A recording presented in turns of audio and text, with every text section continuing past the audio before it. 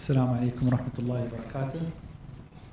بداية أحب أتقدم بالشكر الجزيل لأكاديمية ربدان وأخي وصديقي الدكتور فيصل العيان صاحب هذه الفكرة صراحة اللي تبلورت بيني وبينه في مكالمة هاتفية سريعة كانت. ثانيا أتقدم بالشكر الجزيل أيضا لأخوي أحمد العلوي من العين الإخبارية. لنا الشرف اليوم بتواجد أخوي أحمد العلوي معنا وفريق العين الإخبارية أيضا معنا اليوم في هذه الندوة. هم دائما معنا كسبورت طبعا لترندز وفعاليات ترندز.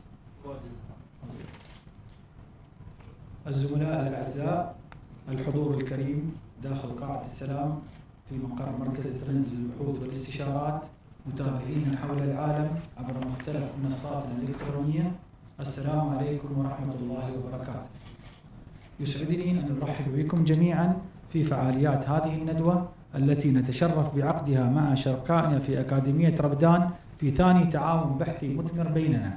ونتناول في هذه الحلقة النقاشية قضية هي الأبرز على الساحة الدولية حاليا، وهي الحرب الروسية الأوكرانية التي تثير تفاعلاتها وتطوراتها العديد من المخاوف الإقليمية والعالمية المتعلقة بخطر اتساعها لتضع العالم برمته على حافة الانزلاق، ربما في أتون حرب عالمية جديدة مدمرة في ظل الإصرار الروسي على مواصلة الحرب حتى تحقق أهدافها. والإصرار الغربي على معاقبة روسيا واستنزافها ورفع تكلفة الحرب عليها إلى أقصى ما يمكن، كما تثير هذه الحرب الكثير من الجدل والتساؤلات حول تداعياتها المختلفة الاستراتيجية والاقتصادية والسياسية إقليميا وعالميا، خاصة في ظل التقديرات الأولية التي تشير إلى أن نتيجة هذه الحرب والتداعيات التي ستخلفها سترسم إلى حد كبير ملامح النظام العالمي المستقبلي، بصرف النظر عن طبيعة الطرف الذي سيحقق أهدافه فيها. وتستدعي التطورات المتعلقة بهذه الأزمة إخضاعها للنقاشات العلمية والبحثية البناءة للوقوف على مختلف أبعادها وتداعياتها، ورسم سيناريوهاتها المحتملة، وتحديد تأثيراتها في منطقتنا خاصة والعالم كله، من أجل دعم صانعي القرار على بلورة السياسات والقرارات التي تخدم مصالح شعوبهم، وتعزز الاتجاهات الداعمة للسلام والتنمية والازدهار. وهو ما ننشده في تنظيم هذه الحلقة النقاشية المهمة مع شركائنا في أكاديمية ربدان، وبوجود هذه النخبة من الباحثين والمفكرين. والأمر الذي لا شك فيه هو أن العالم الذي لم يخرج بعد من أزمة جائحة كوفيد-19 بتداعياتها كلها التي خلفتها ليس بحاجة حتما للدخول في حرب واسعة النطاق تضيف المزيد من الأعباء والمخاطر إلى الأزمات الجمة التي يعانيها بالفعل، وأن إعلاء صوت الحكمة وتغليب المصلحة العامة للشعوب والجلوس إلى مائدة المفاوضات وإجراء الحوارات البناءة هو المطلب حاليا لإعادة العالم إلى مسار التنمية والسلام والابتعاد عن شبح الحروب المدمرة.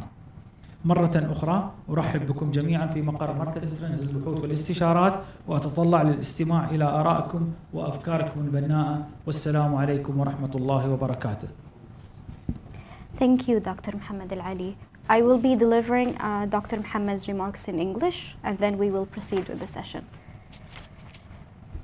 Dear colleagues, ladies and gentlemen, members of the audience, whether attending in person, in the Peace Hall at Trends, or watching us through various electronic platforms, I am pleased to welcome you all to this discussion co-hosted by Trends and Ramadan Academy. I would also like to extend my gratitude to Al Ain News for being here with us today. This discussion deals with an issue that is currently most prominent on the international arena, namely the Russia-Ukraine war. This war has raised regional and global concerns as regards the possibility that it may expand and lead to a new devastating world war. Given Russia's insistence on continuing the war until it achieves its goals, and the West's insistence on punishing Russia and maximizing the cost of its war, it also raises a lot of questions concerning the various strategic, economic, and political repercussions of this war for the region and also the entire world. Initial predictions indicate that the outcome and repercussions of this war will largely determine the shape of the future of the world order, regardless of the sides that achieve its goals. In-depth research discussions are also required to analyze the development of this war, explore its various dimensions and repercussions, draw possible scenarios, and identify its impact on our region in particular, and the whole world. Such research and discussions will support decision makers in formulating policies, making decisions that serve the interests of their nations and promoting peace, development, and prosperity. This is the reason why we are hosting this important discussion with our partners at Rabdan Academy and in the presence of this elite group of researchers and specialists. The world is undoubtedly still struggling with the COVID-19 crisis and its repercussions and cannot afford a large-scale war that would add to its current burdens. The world is in dire need of wise decisions that give priority to the common interest of all people. Such decisions include sitting down at the negotiation table and having constructive dialogue. This is the only way for the world to return to the path of development and peace and avoid the specter of destructive wars. Once again, I welcome you all to Trends and I look forward to hearing your valuable insights. Thank you. We will proceed with our session. It has been more than 10 days since Russia launched its invasion, or what it likes to call a special military operation, into Ukraine. We've witnessed the devastations of Ukrainian cities, the mounting casualties and military losses from both sides. Unfortunately, the war's ripple effect has gone beyond and threatened the regional and global strategic and economic status quo, and our region is not isolated from the fallout. Most importantly, the world faces yet another humanitarian crisis, with a crippling and worn-out global aid system. According to the UN Refugee Agency, 160,000 people have been displaced within Ukraine, and more than 2 million have crossed the borders already. The UN fears the number of those internally displaced will ultimately reach 7 million, and 7 million more refugees. Not to mention that only 35% of the Ukrainian population is vaccinated against COVID-19. The fallout from this war will exacerbate the existing humanitarian crisis and could potentially leave millions in starvation, according to many humanitarian experts. The critical and ongoing Ukrainian crisis has rather left the world with more questions and concerns to be answered and addressed since its start and as it continues to develop every day. Thus, in tonight's session, with the help of our body of experts, we will be comprehensively addressing the current conflict, getting insight into the Russian and Western positions, the possible repercussions of the crisis on international law, world order, the global and regional economy and energy scene. And finally, we would attempt to answer the ultimate question: where the world is heading, and are we on the verge of a new world order? Each speaker will have 10 minutes to give their remarks, followed by an open discussion. We will begin with Dr. Arsen, an assistant professor at the Homeland Security Program at Rabdan Academy. The floor is yours, Dr. Arsen. Thank you, Dr. Mohammed. Thank you, Amal, for inviting us to Trends. Before I start this short presentation, I want to emphasize that this is how the Russians see the unfolding crisis. I'm not trying to explain whether it's true or not, but it's very important to understand how Russians think that development. So it's a lot of things are questionable, a lot of things are debatable by historians or by political scientists, but it's important to understand how Russians see that conflict in a global scale. I'm going to speak about 4 or 5 points very briefly, and I will start from relatively far away, from Ukraine ties to Russia. And if we go approximately 1,000 years ago, we would see that in that region there was a state called Kievan Rus, which was subsequently destroyed by the Mongol invasion. And both Ukraine and Russia claim to be inheriting the heritage of these Kievan Rus, the state that was destroyed a long time ago. Again, that's a historical debate. Ukrainian side denies that Russia has any ties to Kievan Rus. Russian side denies that Ukraine has any ties to Kievan Rus. But it's important to realize that both sides are claiming that medieval state as their own for historical purposes. There are also very important linguistic ties. Both Russian and Ukrainian are closely related languages. Sometimes, not always, it's possible to understand for the speakers of one language to the speakers of the other language. The second point that I wanted to make is the perception of Ukraine by Russia. This I would divide into two, in a way, contradictory elements. On the one hand, Russians do see Ukrainians as brotherly people, even though they invaded them, but they do see them as brotherly people. And if we go to some extremes, some Russians would say, well, we're literally indistinguishable. There is basically no differences between us. Then there is a question of Ukrainian language, which is by Russians seen as a dialect of Russian. And I want to emphasize that it's definitely not a dialect. It's a separate language, even so it's closely related. The other problem is that practically all Ukrainians, whether they are living in eastern Ukraine or western Ukraine, they are absolutely fluent in Russian. So from the Russian point of view, it's kind of a nonsense that these guys, our neighbors, they all speak perfect language, but they say, well, we are different because we have this our own language. So this is how the Russians perceive the Ukrainian language. Now we move to another aspect, which is much more controversial, which is how the Russian, I guess, elites and general public perceive the territory of Ukraine. First of all, they see it as a state that never existed. To a certain extent, that's true. Because Ukraine as a state first emerged in 1918 during the finishing times of the First World War, when the Russian Empire collapsed and a state was created, state of Ukraine.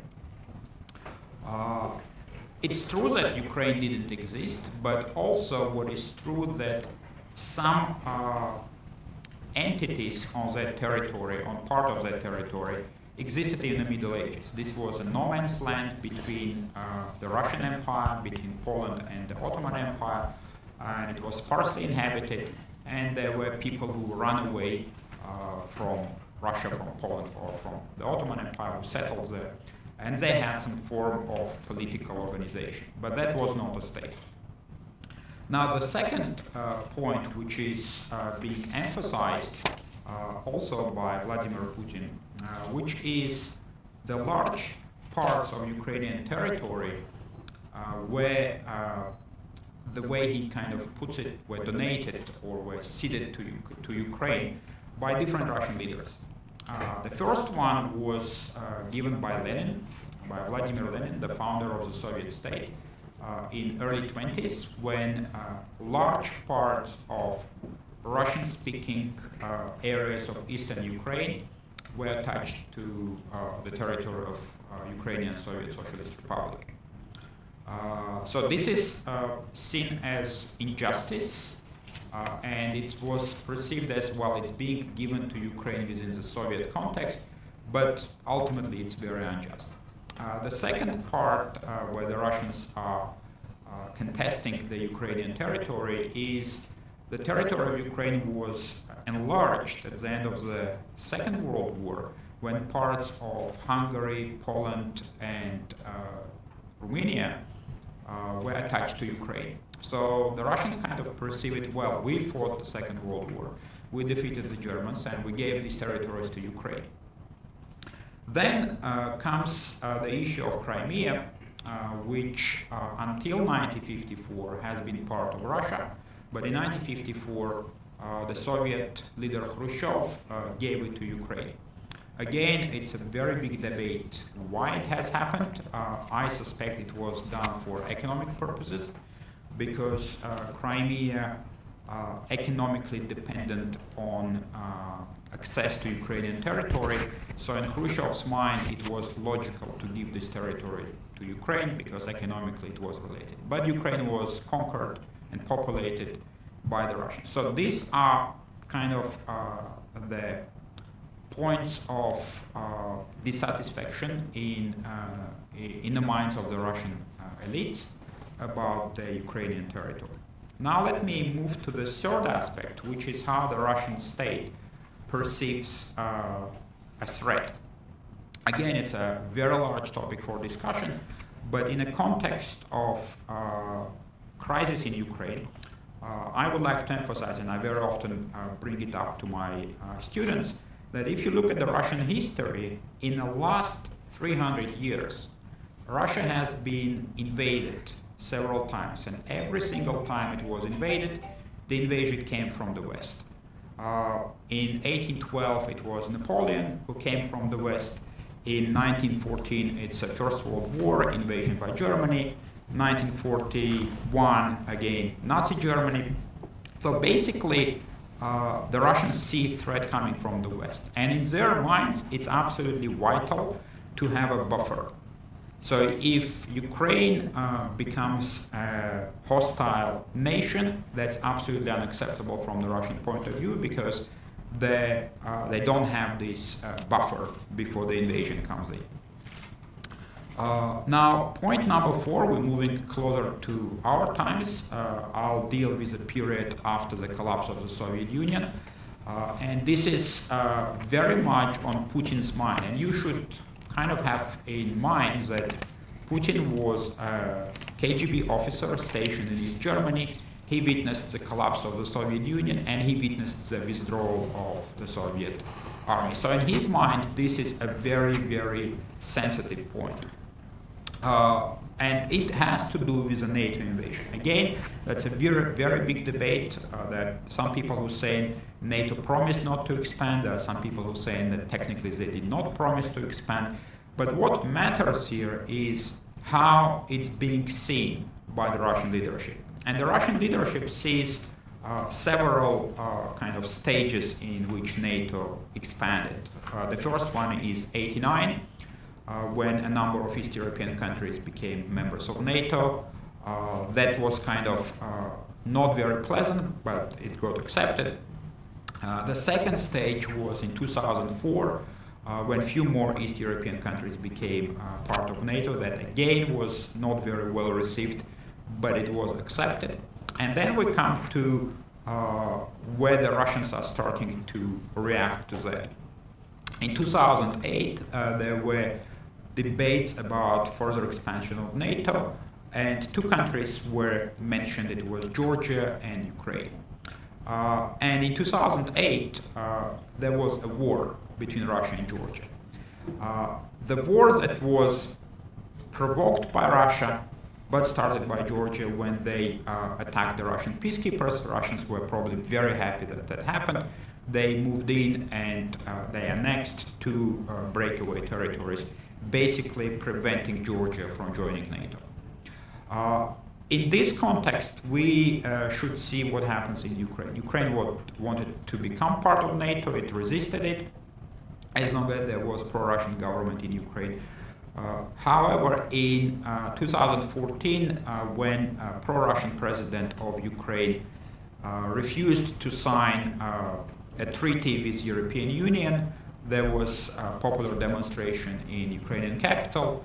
The guy was stopped. Now, Russians see it as a coup, and they moved in, and at this point they annexed Crimea. The second thing that they did, they wanted to create a situation which would allow them to prevent Ukraine from joining NATO. They created a rebellion in eastern part of Ukraine, in Donbas region. They obviously supported the rebellion, but they pretended that they want kind of a solution to that. So the result of that was signing of Minsk protocols I might be wrong, it might not be called protocols, but there was a treaty signed in Minsk. And if you look at the treaty, it basically, if Ukraine fulfills that treaty, it has to give a large degree of autonomy to eastern parts of the state with a Russian-speaking population, a lot of political leverage inside Ukraine. Basically, it would make it impossible for Ukraine to join NATO. Now, obviously, Ukraine was resisting the implementation of this Minsk agreement, because if they implemented it, they would not be able to join NATO and move towards the West. And we basically arriving at the point where we are now, that the Russians started this special military operation, as they call it. I think what triggered their decision was that Ukraine is becoming part of NATO de facto rather than de jure. And in order to prevent that, they launched it. I'm not sure how successful they will be.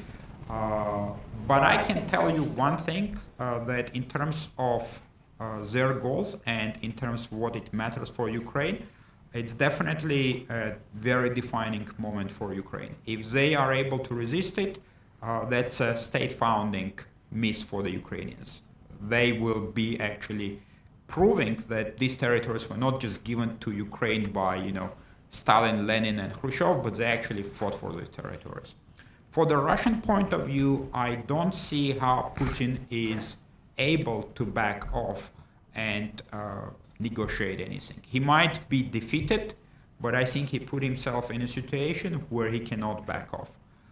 He probably won't be able to grab the entire Ukraine, but definitely the Russian intention is to control the eastern part, Russian-speaking parts of Ukraine, and deny access to the Black Sea to the Ukrainian future state that will exist. So Putin has no way to back off, I think. Thank you. Thank you, Dr. Arsen, for giving us... Managed in 10 minutes? More, but that's fine. We'll give you a pass. Thank you, Dr. Arsen, for giving us a historic context and insight into the conflict. We'll be moving to Dr. Christian, the head of Strategic Studies section here at Trends Research and Advisory. Thank you. Go ahead, First of all, let me extend my gratitude to Dr. Muhammad Ali for organizing this event with Rabdan, our partners, and welcoming our colleagues here from Rabdan Academy. I've been asked to speak on the determinants of the Western position and its future directions. I'll make some introductory comments, then I'll focus on the US position, the EU stance, and then the Chinese perspective before concluding with some future prospective scenarios, if you so want. So let me start off with saying there was overwhelming support in the UN condemning Russia's military operations, since this is seen as an assault on the global norm of territorial integrity. According to the UN, Russia has undermined the principle of sovereignty and non-use of force, which is enshrined in the UN Charter. The world at large is in solidarity with Ukraine against a war and against a war in general. People around the world took to the streets to condemn Putin and pleaded for peace.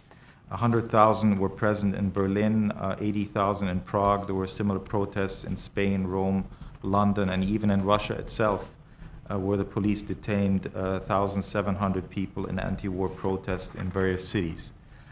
In response to Russia's operation, Western countries have rolled out a comprehensive sanctions campaign against Moscow, which includes airspace closures, restrictive measures targeting numerous Russian officials and entities, media, and financial institutions. However, several countries view the crisis in terms of their national interests. There are differences in regional and national attitudes towards the Ukraine crisis that are based on political issues such as geopolitical factors, economic pressures, and security concerns. Let me just move to the US response or the US position. The Biden administration has been grappling, as all of you know, with various issues at the domestic front, be it climate change, China, the pandemic, and the Ukraine crisis has just added to their woes. The US president has employed intense diplomacy and attempted to rally Western allies to support sanctions and votes in the UN Security Council. The US has also deployed 3,000 troops to Europe in show of solidarity for NATO and has promised to send another 3,000 to Poland, although Biden has explicitly stated that he will not engage in the conflict as such at this point in time. The US has also put forward an aggressive plan to punish Russia via an oil and gas embargo and cutting Russia off from SWIFT. There's been some discussion regarding the implementation of a no-fly zone. I mean, obviously, Ukraine has persistently demanded a no-fly zone for protection, but the US and NATO have refused this demand. Again, a no-fly zone, many Western officials say would draw the US and its NATO allies into direct combat with Russia, and this might then lead to further escalation because obviously a no-fly zone would require some form of ground-based operation, and that is out of the question at the moment from a US perspective. Some have speculated that the US withdrawal from Afghanistan and its perceived departure from the Middle East might have emboldened the Russian president, but a look back in history indicates that Russia or Putin in particular does not seemingly take into account US military actions in his own decision-making. If you look at 2014 under the Obama administration, the US was fighting in Afghanistan and Russia attacked Ukraine. In 2008 under George W. Bush, the US was fighting in Afghanistan and Iraq, and Russia attacked Georgia. So in that sense, not really a calculus. I now move on to the EU stance. Although on the surface it seems that EU governments are divided on this, public opinion polls, specifically one conducted by the European Council on Foreign Relations, show that there is a consensus that this is perceived by most Europeans as a European problem and that European countries have a duty to defend Ukraine. More than half of those who were surveyed believe that Russia's approach represents a security threat to Europe as a whole, and that in a variety of domains. So Ukraine should be defended, but most Europeans are split on who is best suited to defend Ukraine, be it NATO or the EU. There are particularities. So if you look at Poland, for example, Poland is mainly concerned about Russian military action against its own country, as well as migration crisis that will ensue due to Ukrainians fleeing. Germans, Finns, Romanians primarily fear that Russia will cut off their energy supplies, which may lead to economic disruptions and inflationary spikes in energy prices. And the French and Swedes are mainly worried about potential cyber attacks and the possibility of Moscow interfering in their elections. In Spain, quite interestingly, there are some voices that take on the view that Ukraine is not a member of NATO and the EU, so why get involved in this war, which is not ours, but that's kind of a minority position. There is some questioning about the utility of sanctions and whether they will work well, and obviously they haven't really deterred other countries like North Korea and China. So there is that debate as well in certain European capitals. Germany initially took a more cautious approach, given that it has traditionally promoted rapprochement with Russia, and it's expanded its trade and energy ties with Moscow, including the construction of the 11 billion Nord Stream 2 pipeline, which is meant to transport natural gas from Russia to Germany. First reluctant, now Germany has stated that it has stopped the regulatory approval process following Moscow's actions in the Donbass region. The German government has ruled out supplying Ukrainians with defensive weapons, citing a so-called long-standing policy which is opposed to sending weapons to conflict zones. The EU as an institution has strongly condemned Putin's decision to recognize the non-government controlled areas of Donetsk and Luhansk and to invade Ukraine. They demanded that Russia immediately cease military action and stop its disinformation campaign. It also sees this assault as unjustified military aggression, which is illegal and undermines European and global security. The EU Council also agreed on sanctions against 351 members of the Russian State Duma, the freezing of assets of the Russian president and his foreign affairs minister, imposing an airspace ban for Russian air carriers, introducing SWIFT ban on several Russian banks. The EU has also adopted two assistance measures that will finance the provision of equipment and supplies to the Ukrainian armed forces, including lethal equipment. Lastly, it issued some directives to facilitate and help in the humanitarian crisis and flood of refugees that will be heading east. For many EU countries, this event might necessitate a rise in defense spendings at the expense of other priorities. And one needs not forget that Ukraine is the fourth largest agri-food exporter to the EU, so this loss in trade will be felt in a number of industries. Lastly, I want to briefly touch on the Chinese perspective. So the Chinese position is guided by numerous interests. For one, China feels a commitment of friendship to Russia, which is based on a common worldview. It has engaged in a balancing act in that it's said to be operating from a position of, as some experts called it, studied neutrality, that is basically a non-position on Russian aggression, and that it neither condemns nor supports the invasion, and it doesn't use the word invasion in this sense. China abstained on vetoing the Security Council resolution calling Russia to withdraw from Ukraine.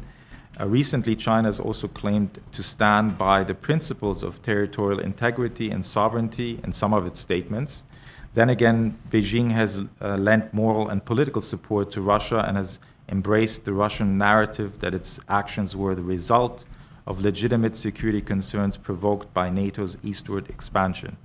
China's preference is to urge parties to resolve their disputes through diplomatic negotiations, asking parties to basically exercise restraint, and thereby showing that by talking about mediation, China might play a constructive role in the crisis. Both China and Russia share the common goal of expanding their international influence as well as countering US ambitions. To close my presentation, I want to briefly talk about future directions or future scenarios that depend on a number of variables. So I'd like to do that in the form of asking particular questions that speak to the possibility of future scenarios from emerging. These scenarios are not mutually exclusive. Some of each could combine to produce different outcomes. For one, how will the war proceed? Will it escalate? Will it be a long, protracted war? Will the nuclear threat become more of a reality? Will the military campaign lead to a seizing of significant territory and ultimately to the establishment of competing Ukraines, be it West Ukraine, East Ukraine?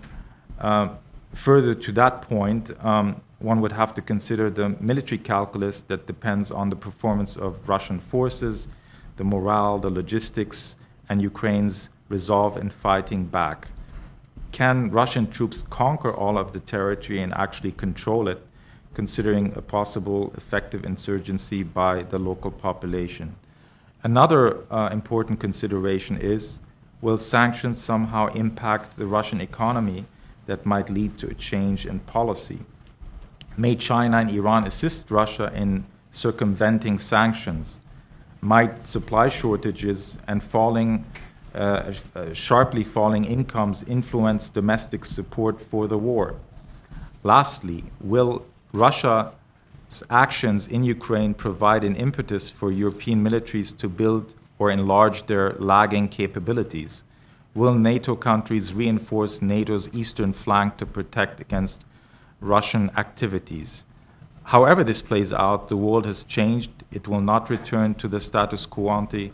Russia's relations with the outside world will be different, and European attitudes to security will be transformed. Thank you. Thank you, Dr. Christian, for a comprehensive presentation. We'll be moving to Dr. Ann, an associate professor and a research lead at the Science and Policing and Security program at Rabdan Academy.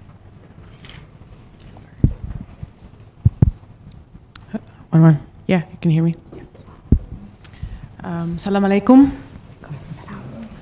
Thank you. My great thanks to Trends, first of all, and Dr. Mohammed for hosting this very timely workshop. And thank you to Rabdan Academy for giving me the opportunity to be present here. The question that I am tasked to answer today is whether the changes that are forthcoming in relation to the war or special military operation in Ukraine, whether these changes will be transformative for the international world order as we know it for the time being, or these changes that were just listed or alluded to by Dr. Alexander, for example, they will be remaining of tectonic character. Important, undoubtedly, but will they be significant enough to change the world order as we know right now? I think this is the question that we will be discussing. Right now, of course, the person who can answer this question is definitely worth a Nobel Prize, and I have no ambition to be able to do so. But what I can suggest is to underline or highlight some of the trends that we see right now in terms of changes within institutions and in terms of changes that are expressed through the political economy of various pressures that are exerted in relation to the situation in Ukraine. So first and foremost, what I will do, I will quickly map what institutional reactions there have been in relation to the war or operation, whatever term you would like to use. What new alliances we see to be formed. And then I would like to ask a question whether these alliances are of the significant character. Are they transformative? Are they discerned to be transformative enough? First and foremost, what do we see? We see a very strong and one of the most serious sanctions regime exercised in relation to Russia. We see sanctions which are having a legal character, right? We see sanctions which are unilateral, bilateral in relation to Russia, as well as they are organizational, coming from various international organizations, governmental, as semi-governmental, non-governmental, starting from, including organizations such as various football unions, for example, and including various business corporations. We also see what we call lawfare, right? So Ukrainian side, as well as international organization, adopting various condemning resolutions, declarations, which can amount to a body of international law forming in relation to the situation in Ukraine. What do we know here? First and foremost, of course, it's United Nations. United Nations has 3 processes going on right now, what I've counted. It could be more, and it could be that I've missed. So we have a relative stalemate within the Security Council for obvious reasons. We have a condemnation of the situation within the General Assembly, and we also have a process within the Human Rights Council, the investigation that will be going on into the situation. We have a litigation in the International Court of Justice between Ukraine and Russia, and a request for preliminary measures. A request that, according to my research, will not be fulfilled by Russia because historically, since the founding of the Court of the United Nations, even when the Soviet Union was part of it, the Soviet Union never officially recognized the jurisdiction of the court and never followed up on the sanctions. And other great powers have also a reputation of not doing so as well, so it's not surprising. We have a process within the European Court of Human Rights where Ukraine has again applied against Russia.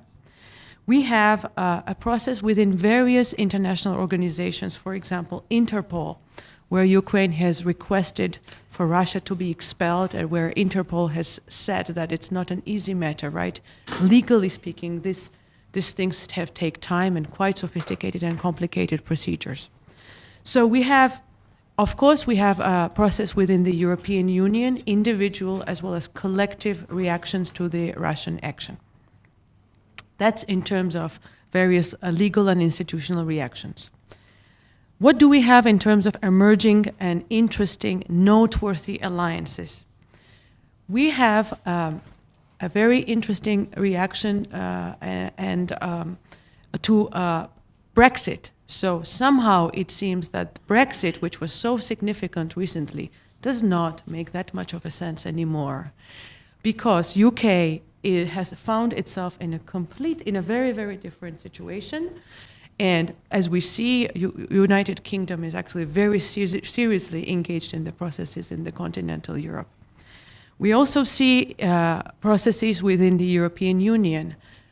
As we know, Ukraine, Moldova, and Georgia have put forward their countries as candidates for membership.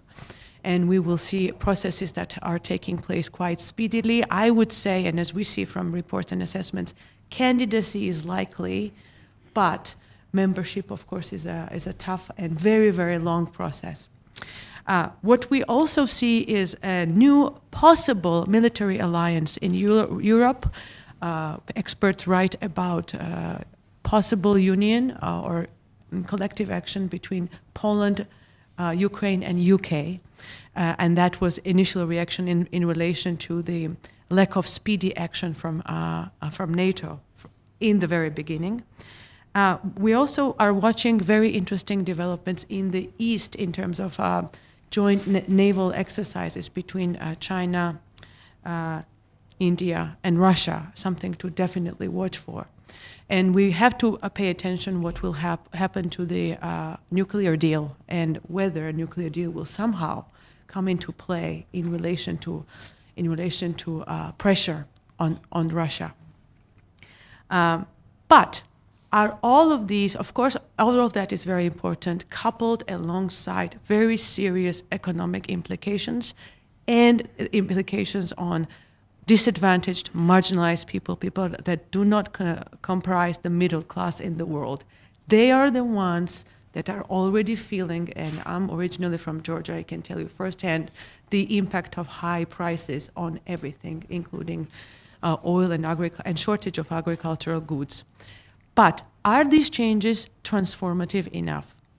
I would say so far these changes are tectonic. Why? Because the world order is primarily based on an arrangement based on nuclear capability. This arrangement is Second World War arrangement, which we inherited as a result of Second World War, and is reflected in the composition of the Security Council and the great power regime reflected in the Security Council. Can these changes change the arrangement in the Security Council? No. It is, as we know, it is almost impossible to change the United Nations Charter. So unless Russia votes itself altogether with China to take away its veto power from the Security Council, it's not going to happen. So what we will see a reconfiguration of the world. We will see adapted and changed global relations, maybe weakened parties and strengthened parties. But so far, unless other things happen other than listed right now by me, I don't see myself transformative changes to the arrangement of the international order as we know right now. Thank you. Thank you. Thank you so much, Dr. Ayman. We'll move to Dr. John, an assistant professor and program chair of the Homeland Security Program at Chopstown Academy. Thank you very much, and I do want to also thank Dr. Muhammad for the invite. And this is the second of two combined commentaries between Rabdan and Trends. And I think, as we've mentioned, we're two of the groups that are able to rapidly respond to events like this because of our specialties. I'm also pleased to be the first one to begin talking about the global economic repercussions. My good colleagues, Ms. Alia and Mr. Stephen, are going to be following up on the Middle East and global energy markets.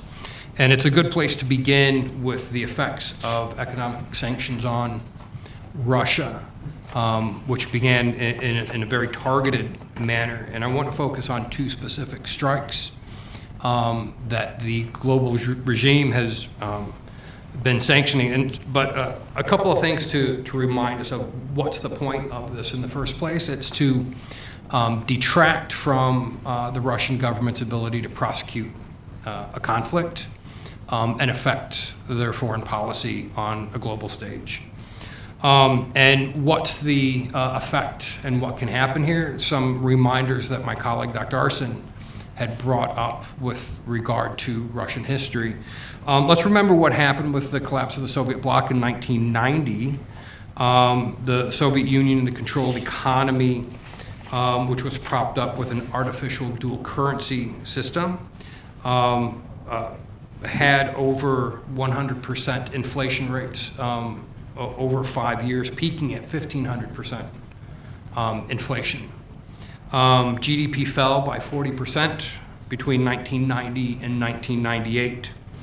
And so this is the environment that Putin took over from the Boris Yeltsin regime, and also established for the past 22 odd years his position in terms of being able to stabilize the Russian system and the creation of middle class, obviously an uneven economic class. But still, there was stability, and that was the basis of a lot of his power. So the first attack that's been taking place is on the currency itself, the Russian ruble. And this has been through a coordinated system between many of the central banks with the United States, European Union, et cetera, and freezing the assets of the Russian central bank overseas. This is important for a couple of reasons. One, Russia has about $630 billion in assets.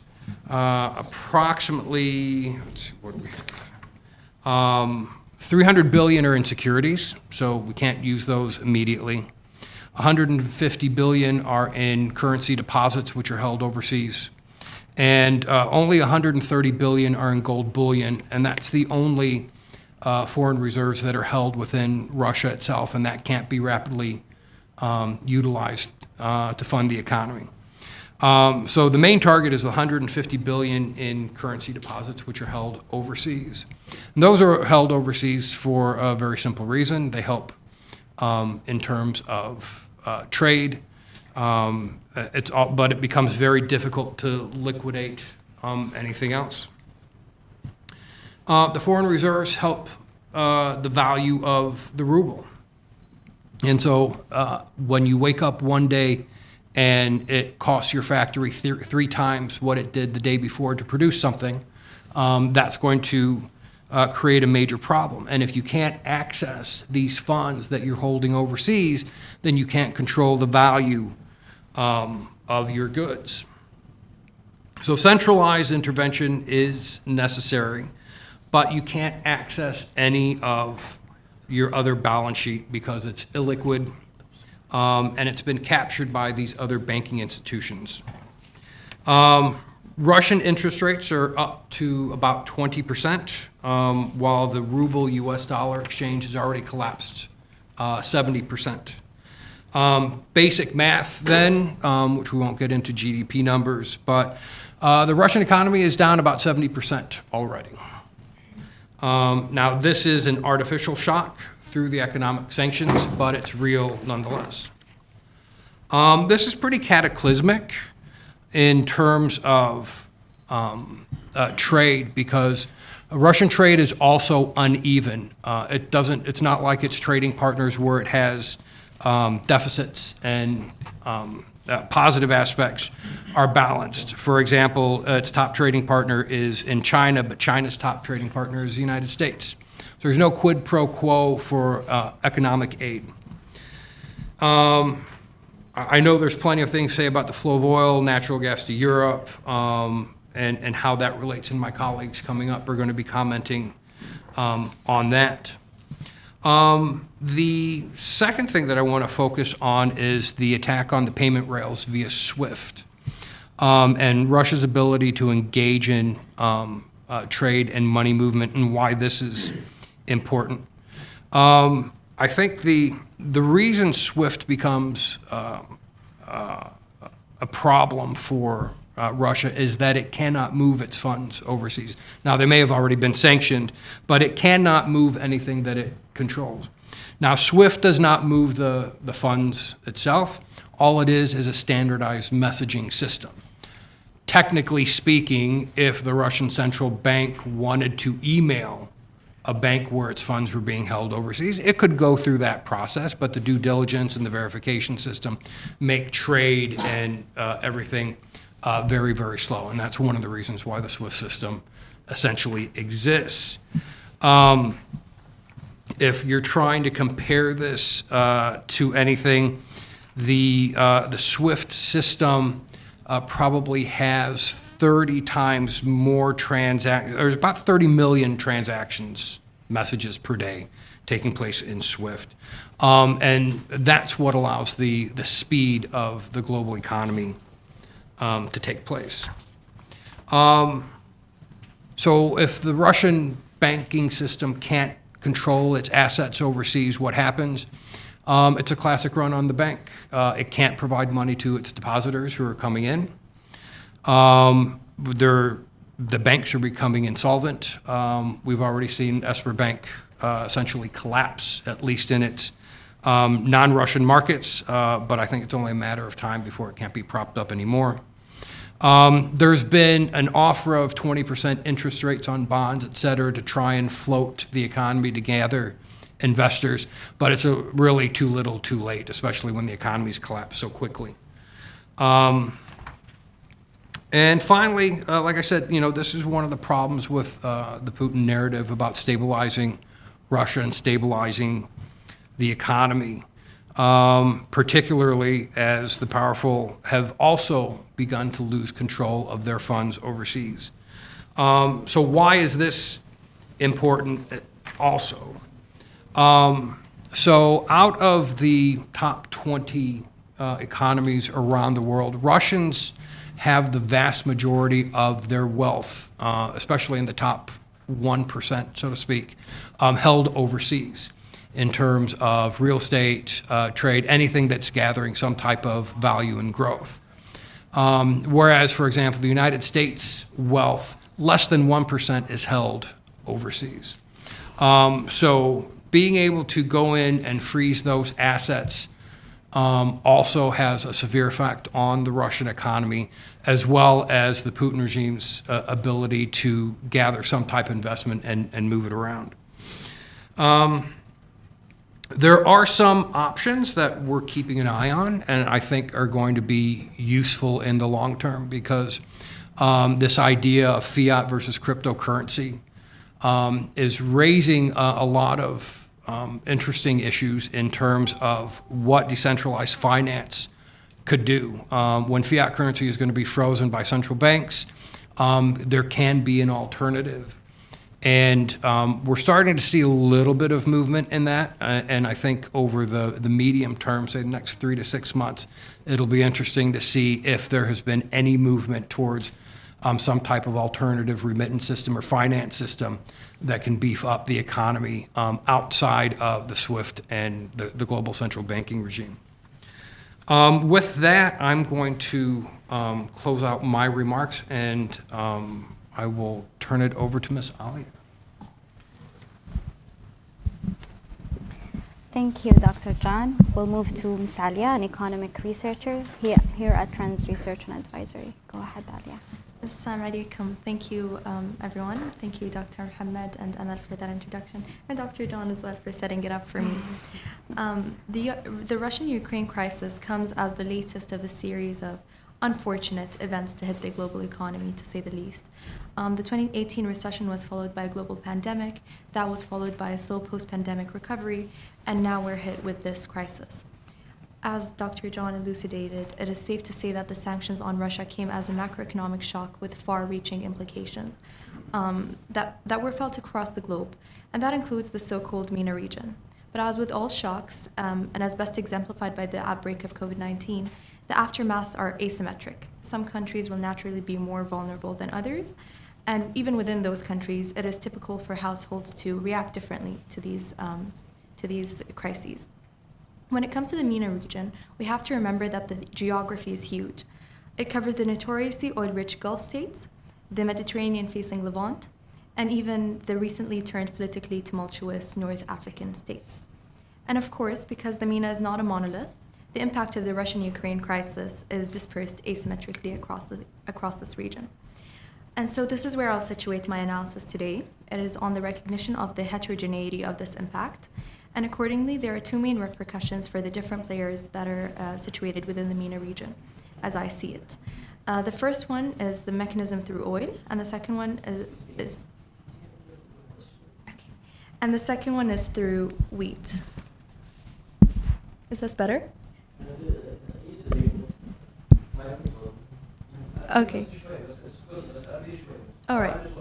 Okay, thank you. So like I said, this is where, accordingly, there are two main repercussions for the different players within the region, as I see it. The first one being through oil, and the second one through wheat.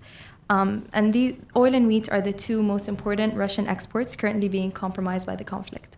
So let's begin with the first one, which is oil. Oil is obviously the most obvious link between the crisis and the region.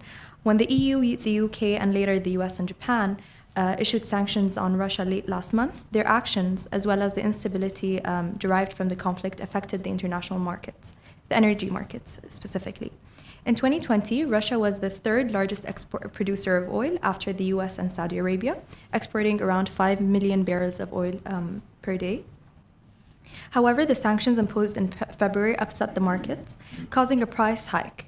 This hike came as a result of two things. The first being a perceived potential threat of a supply shock, and the second is a very tightly balanced oil market, with almost 100 million barrels of oil being supplied in a day and around 101 million barrels of oil being demanded in a day. And although earlier sanctions did not involve the energy sector, the market was just tight enough, so fragilely balanced, that even a minor disruption in the production of oil was able to tip the market off the center. And that is exactly what we saw. We saw the Brent crude oil prices increase, shoot up from around $70 to $80 per barrel price range that kicked off 2020, early January this year, 2022. And it shot up to around $100 to $105, and it actually just touched $139 per barrel on March 8th of this week. And obviously, higher prices benefit oil-producing nations, amongst which the Gulf is situated. However, the pain of the higher price point, as Dr. Anna just mentioned, will mostly be bared by oil-importing nations in the MENA, and with lower-income nations particularly vulnerable to this energy inflation. However, oil-producing nations such as the Gulf may still feel the pressure, even if it's not monetary yet. Any scenario leading Russia to cut its oil supply significantly will further increase the prices of oil, and experts expect it to reach even $140, as it almost did, doubling the initial prices that kicked off the year. And this would likely put OPEC under substantial pressure to increase their own production to compensate for the Russian gap in the market in order to balance the crude prices. And this is particularly important because when we remember that 6 out of the 13 OPEC members are situated within the MENA. That includes Iraq, Iran, Kuwait, Libya, Saudi, and the UAE. And now with news coming in just this morning of the US and the UK imposing a ban on imports of Russian oil, these actual and potential threats to the crude markets are far more serious. We'll just have to wait to see how it pans out and who exactly steps up to fill the gap in the market. And now coming to the second aspect, which is the potentially more malicious link between the Russia-Ukraine crisis and the MENA region that warrants closer attention, and that is the wheat industry. Ukraine is the world's 5th largest exporter of wheat. In 2021, it was estimated to export 80% of its total production worldwide. And according to the latest statistics, Russia and Ukraine together account for 25 to 30% of global wheat exports. However, the crisis necessarily disrupted Ukraine's ability to produce as usual. While it has highly productive soil, the production is dictated by the climate and the geography, and normally the fieldwork begins on the first 10 days of March to be completed by the end of April. Obviously, they are not running according to schedule right now, and there is no hope for it to continue as scheduled. And as Dr. John mentioned in his talk, there are also financial sanctions to be considered that make this process even harder. In addition to these productive obstacles, the financial sanctions imposed on Russia make transactions more difficult, including payment for Russian wheat imports. And so what does this all mean for the MENA, to end my talk? Well, the region is one of the most important destinations for Ukrainian and Russian wheat. Egypt relies on these two countries for approximately 70% of its wheat, Lebanon for 52%, Tunisia and Sudan for approximately 50%, and Yemen for 38%. The disruption caused a price hike that not only leaves these wheat importing countries worse off, but also threatens global food security. The invasion caused an estimated 40% increase on the price of imports, and the aforementioned importers in the MENA have little choice to compensate with domestic production because they are limited by water scarcity and rising input costs. Oil-rich nations such as Algeria, Libya, and the Gulf states in the MENA may be cushioned, but the rest are not, and so they will bear the consequences. And yet, even this cushioning is only true in the short run. In the long run, spillover effects will undoubtedly touch the wealthier nations in the MENA and elsewhere by increasing the cost of livestock, etc., and trickling through until ultimately contributing to their CPI. And according to experts, if the war is to continue, it is expected to cause a 10 to 50% drop in the global supply of major agricultural products, including wheat, barley, corn, rapeseed, and sunflower. And so to end off my talk, I would like to emphasize that the threat of a global food shortage is a serious one, posed at the MENA and beyond. Thank you. Mr. Stephen, an economic affairs expert here at Trends Research Advisory. Thank you, Alia, and also to Trends and to Rabban for having convened this marvelous event. Very timely event, at this time. So I'll briefly touch on a number of scenarios, 3 or 4 at the most, that will also get into the question of whether what we're seeing in the energy markets driven by the conflict is a temporary phenomenon, or whether there is a transformative aspect to the energy, the markets and the industry and the various dynamics that affect the world. So the first scenario is what we're seeing currently. We're all following it on the news. We have Russia under considerable economic pressure. Sanctions until very recently had carve-outs for energy. Didn't affect Russian trade. I think a couple of days ago, the U.S. government and the British PM stepped up the pressure by including Russian hydrocarbon exports. They announced that we will not be importing Russian gas, Russian oil. Please just closer? Yeah. Okay.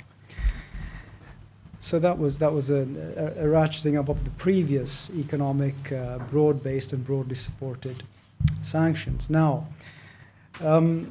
energy also enters the current scenario in a number of indirect ways. The German decision to suspend the certification of the Nord 2 gas pipeline will be significant, as we'll see in just a moment. So that doesn't affect energy supply, because the pipeline is non-operational, but it does play into a subsequent scenario which would see possible Russian retaliation by other actions.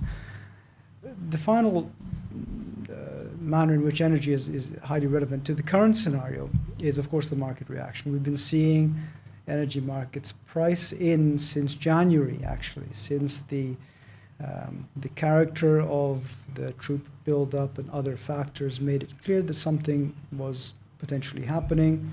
Markets started to price in the supply shock of Russian hydrocarbon exports coming off the market.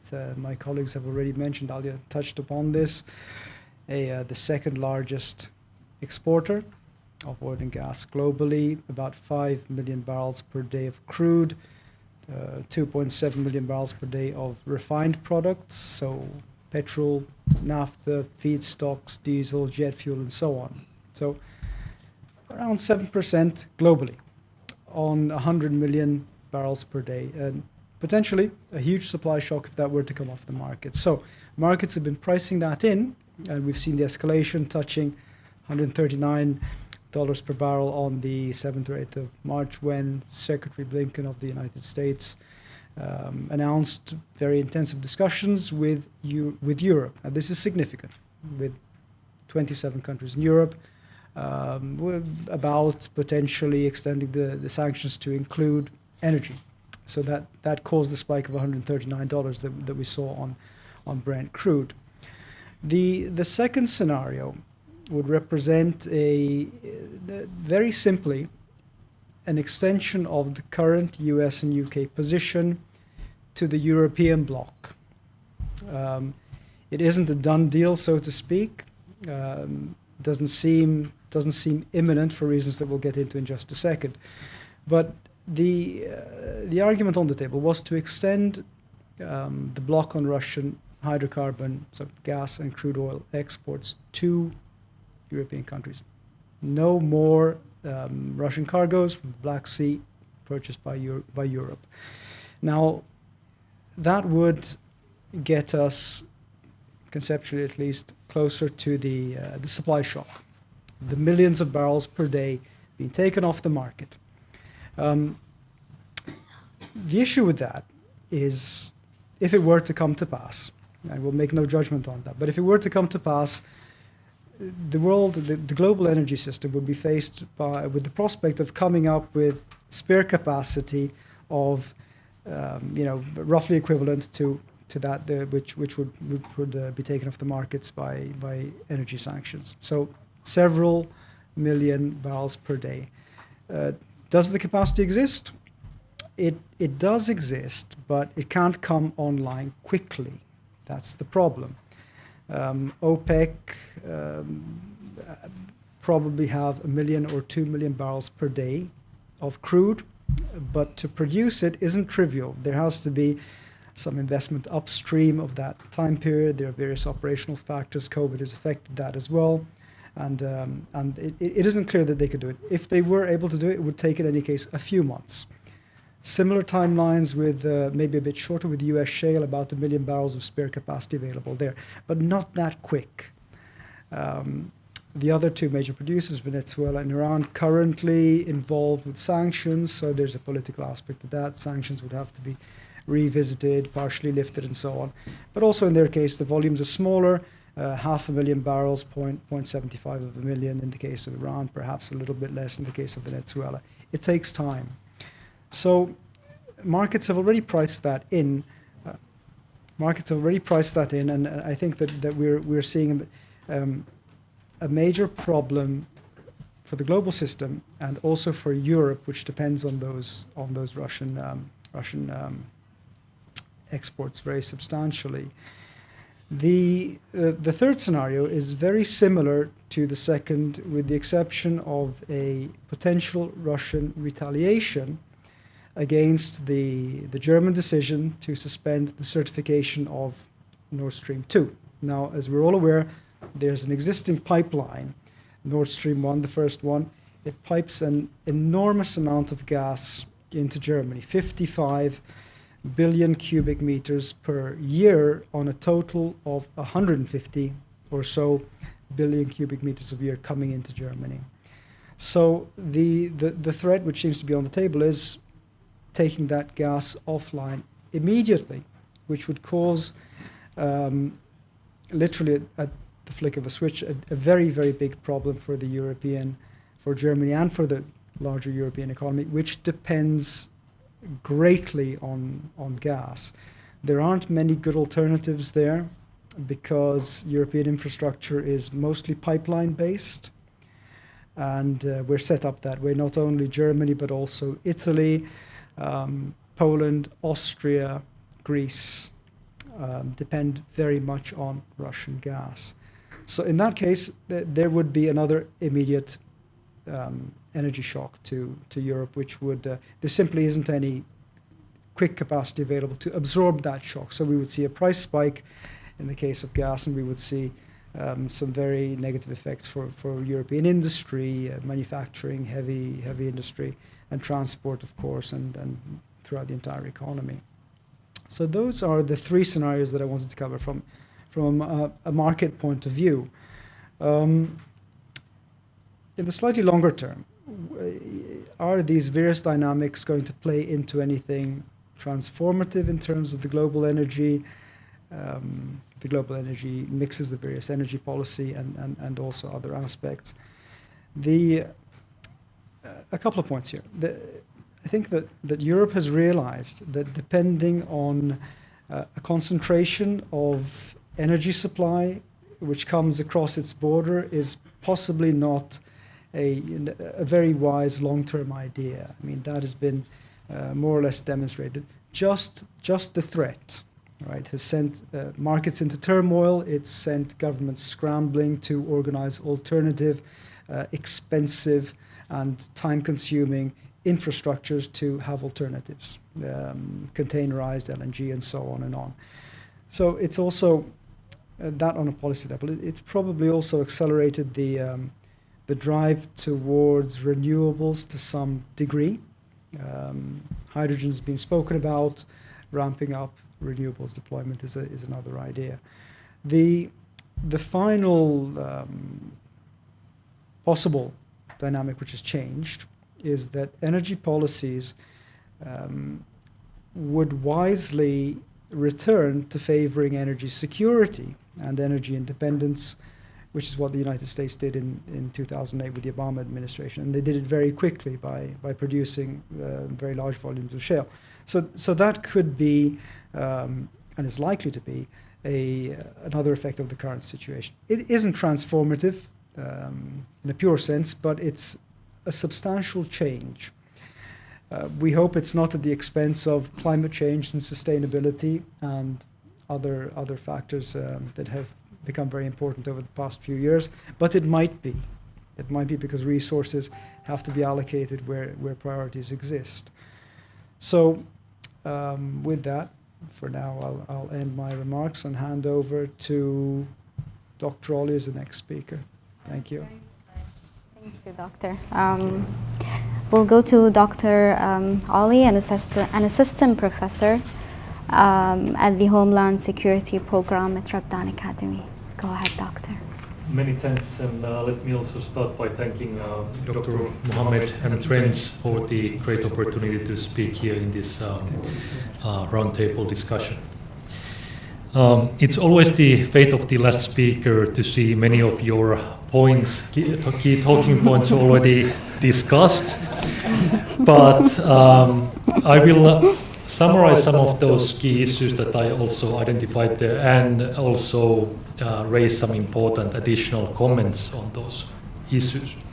So I want to make three main points here, starting from the very wide-ranging impacts of this crisis.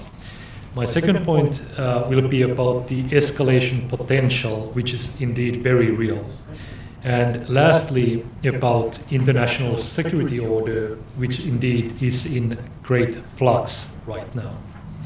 So I will start with my first point, which is a more general remark, looking at the reality that due to the post-Second World War, post-Cold War globalization, international order has created interdependencies, whether we discuss food, energy, security, access to high technologies, and trade relations. This has all emphasized the fact that few, if any, country can realistically hope to isolate itself from the multi-dimensional impacts of the crisis in Ukraine. Moving on to my second point about the escalation potential. So I will talk a little bit more about this point, and especially starting with the idea that what happens if Russia will eventually succeed in its maximalist goals and invades the whole of Ukraine. That would Putin stop there? Many of Russia's neighbors, including my country, Finland, indeed thinks that that may not be the case. Russia may indeed continue with its wars to other neighboring countries. History indeed suggests that that might be the case. Putin himself references that he seeks to recreate the Russian Empire, and that gives a lot of worry to a lot of Russia's neighbors. Similarly, discussing Russian Empire's borders and in modern world, that will bring Russia immediately in conflict with NATO. This conflict is not just about Russia and Ukraine anymore. Belarus is effectively already a warring party. There's quite a lot of evidence already that Transnistria is also already involved in the conflict. What are Russia's designs for others, these neighboring countries, including Moldova, Georgia, other countries in Caucasus and Central Asia, and indeed also in Finland and Sweden, the two European countries that are not members of NATO? An old maxim, if you will, states that Russia will only stop when it meets a sufficient countervailing power. And that is indeed what NATO is now building in Eastern Europe.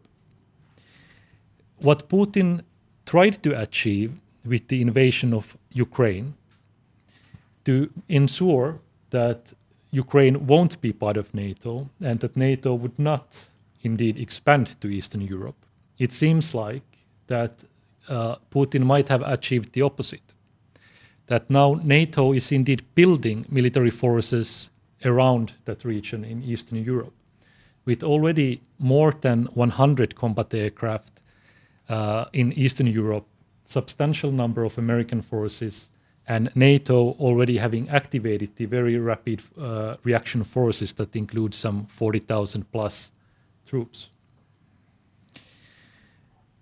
NATO members, on the other hand, have also started to provide arms to Ukraine, and this can indeed be seen by Russia as very provocative.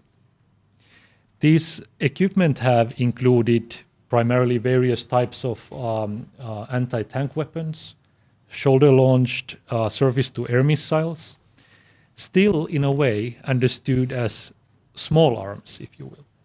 There's been now calls that whether Poland will be providing MiG-29s, the same types that Ukraine operates, fighter jets to Ukraine. That would create a categorically very different support. Now, as was raised already by Dr. Christian, that some countries are calling for the establishment of no-fly zone over Ukraine. This is not a very responsible recommendation or suggestion. This would immediately create an escalation spiral. Any NATO aircraft enforcing such no-fly zone would immediately be engaged by Russian Air Force. When we look at other escalatory areas in this conflict, Black Sea is very important. We've already seen, especially Russian Navy, engaging third-party neutral civilian vessels in the Black Sea. And this is indeed a very dangerous situation. We also have Russian Navy in the Eastern Mediterranean, where it's faced by NATO warships. There's 3 aircraft carrier battle groups from NATO. The possible escalation scenarios can indeed quickly spiral into a bigger regional, if not world war, in which the use of nuclear weapons cannot be ruled out. In Russia's military strategy, the use of tactical nukes is indeed included. It is very clear that desperation precipitates desperate actions. So now that we have discussed what happens if Russia will indeed be able to use its maximalist goals and invade the whole of Ukraine. What happens if Russia loses? So that could easily be understood to lead into Putin's downfall. Diminished Russian power in the Middle East, in the Caucasus, Central Asia, South Asia, and beyond will leave many actors scrambling and searching for security. Others seizing the opportunity to expand their own influence. Turkey would likely be one of these countries. In Black Sea area, in Caucasus, in Central Asia, and in the Middle East. Similarly, we could probably see China empowered when its major power competition in Central Asia, especially Russia, power will be diminished. Let me then move on to my third point, which touches on the international security order. The security order has been in flux for quite some time already, but what we are now seeing is indeed an accelerated change, and yet to unforeseen directions and with yet unforeseen consequences. The confrontation that we see today has not only redrawn Europe's strategic landscape, but will eventually have significant and wide-ranging implications to all countries that have ties with both the United States and Russia. Countries will be pressured to choose sides. The Western alliances have already closed their ranks on Russia. That's what we see in NATO, this surprised Moscow. And what we are seeing is even expansion of NATO, when we are seeing Finland and Sweden considering of joining the military alliance. For other countries, and this is probably very relevant indeed to the Gulf region as well, the confrontation will be a major wake-up call to diversify international relationships and to indeed mitigate the impacts of the crisis in the secondary and tertiary repercussions. Now, one point that was already made about Germany and Germany's very sudden change, we have already seen the tectonic plates, if you will, in Europe shifting, as Germany has decisively moved to assume the strategic role that its economic and diplomatic power warrants it. And Germany is suddenly becoming the third largest military spender in the world, much beyond Russia and only second to United States and China. Finally, let me move on to the Indo-Pacific, especially related now to the United States and China. For the United States, China has been the pacing threat, and Indo-Pacific has been regarded as the priority theater.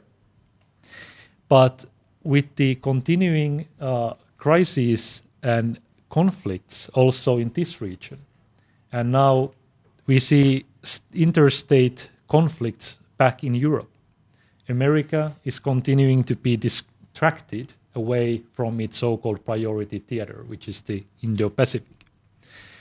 What we'll be seeing very likely is that China stands likely as the biggest winner in this whole issue, when America is indeed distracted and Russia will be weakened. This is also to say that countries like India, for example, that is in great rivalry, if you will, with China, but heavily reliant on Russia, especially in terms of military technology, will have to scramble to diversify relations and find its new place in the Indo-Pacific. In all of this, China indeed is likely to stand the tallest. We will also see many countries, smaller and the medium-sized powers, especially in the Southeast Asia, trying to really diversify, hedge the relations between the United States and Russia, which has a lot of influence in the region. And that's why we also see that there's very few countries in the Association of Southeast Asian Nations. Singapore, and if I'm not mistaken, Brunei, are the only countries that condemned Russia's actions in Ukraine. Many others, indeed, have very strong relationships with Russia. With that, I will end my remarks, and thank you very much. Thank you so much, Dr. Ali, and thank you for the rest of our distinguished panelists. Unfortunately, due to emergent changes and time constraints, we won't be able to further discuss and dissect your remarks. But before concluding, Sumaya Al-Hadrami, our head of conferences and strategic communication here at Trends, will deliver the panel discussion recommendations. Thank you, Amal, and thanks to all panelists from Trends Research and Advisory and also to Ramadan Academy for both of us co-organizing this timely topic tonight. As Amal mentioned, I will be delivering the recommendations of tonight's panel discussion. As you may have all know, that the world is undoubtedly still struggling with the COVID-19 crisis and its repercussions, and cannot afford a large-scale war that would add to the current burdens and risks. It is necessary to seek every possible means of settling this crisis peacefully, lest the whole world would be dragged into an uncertain war. Also, the need to avoid polarization and uphold international law is underlined as a basis for resolving this crisis. Humanitarian repercussions of the ongoing war in Ukraine require more international efforts to help those displaced and forced to flee the war. The serious economic consequences that Russia and also potentially the rest of the world is suffering as a result of the economic sanctions strongly suggest that the governance framework needs to be developed to decide under which circumstances and by what means devastating economic sanctions should be implemented. Such an approach would be to clarify when and how economic warfare can be deployed in a way in which its deterrent effect is targeted and balanced against its wider global effects. Also, as a result of the energy impacts of Russia-Ukraine conflict, it is likely that energy security and reliability will come back to the fore in terms of long-term energy planning. Therefore, balancing energy security and sustainability in energy planning is highly recommended. As for food security, and considering the serious ramifications of the conflict on global food security, it is pertinent to consider long-term national food security and negotiate policies that insulate against potential macroeconomic shocks. The response to the Russian-Ukraine crisis on social media platforms reveals an inherent bias in the ways news is disseminated, as does Russia's retaliation reveal a governmental distrust of these Western platforms. A potentially skewed perspective of the conflict could seriously compromise reaching a viable solution that is mutually beneficial. Thus, the establishment of an international intergovernmental media platform with a commitment to clarity and objectivity is strongly suggested. And finally, the sharp rises in inflation that have hit the global economy as a result of the programs implemented for COVID-19 recovery are likely to continue and worsen due to this international crisis. Joint action is required to contain inflation waves and reduce their impact on national economies and on poor and marginalized social groups. Thank you very much, everyone. Thank you. Amal.